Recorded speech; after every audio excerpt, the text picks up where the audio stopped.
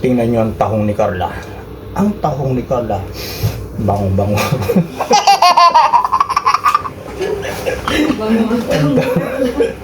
Ang dami yung tahong ni Carla. Ang lalaki talaga. Pinili ko talaga yung lalaking tahong ni Carla. Ngayon. Sarap nito. Lulutuin ko to yung tinulang tahong ni Carla. Di ba? Kaya abangan nyo yung pagluluto ko ng tahong ni Carla.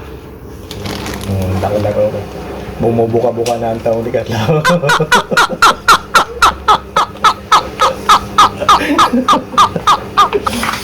Ito mo gusto ako talaga, kaya ako nagsama sa yung ang malagono, yung nahuhuli namin ni tatay dati sa Baclad. Ang laki nito.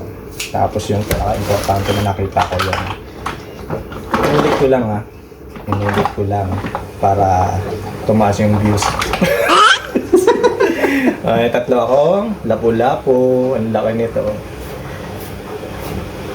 Mura lang po ito. Inabot lang po ng 30 dirham. Tatlong piraso. Kung sa Pilipinas is nasa 400. Ano to, isang kilo kalahati, 400. Kung sa Pilipinas. Sulit na to, hindi ko naman tululutuin isang araw. Siguro itong isang piraso. Siyempre, mabait tayo. Siyempre, pagsasaluhan namin ito, isang piraso. Ito talaga, ito malalaki talaga. Ang gulyasan. Gulyasan, tulingan. Basta yun lang, maraming salamat sa panonood. Takpan na yung mata-mata. Yung matang baka. Ito yung nahuli namin sa palubog araw ng tatay ko dati.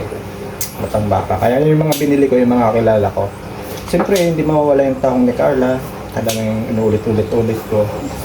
Bumubuka-buka na. Siya, salamat po at napatawa ko po kayo. Sana ay napasayang po kayo. Ito na po yung aking biniling mga isda sa fish market.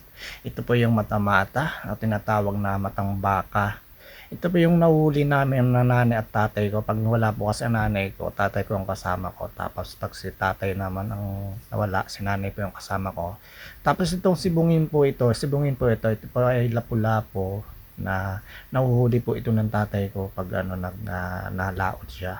Yan po ang nahuli niya. Ang lapu-lapo. Mahal po kasi sa Quezon yan, sa aming probinsya sa Pilipinas, sa Quezon.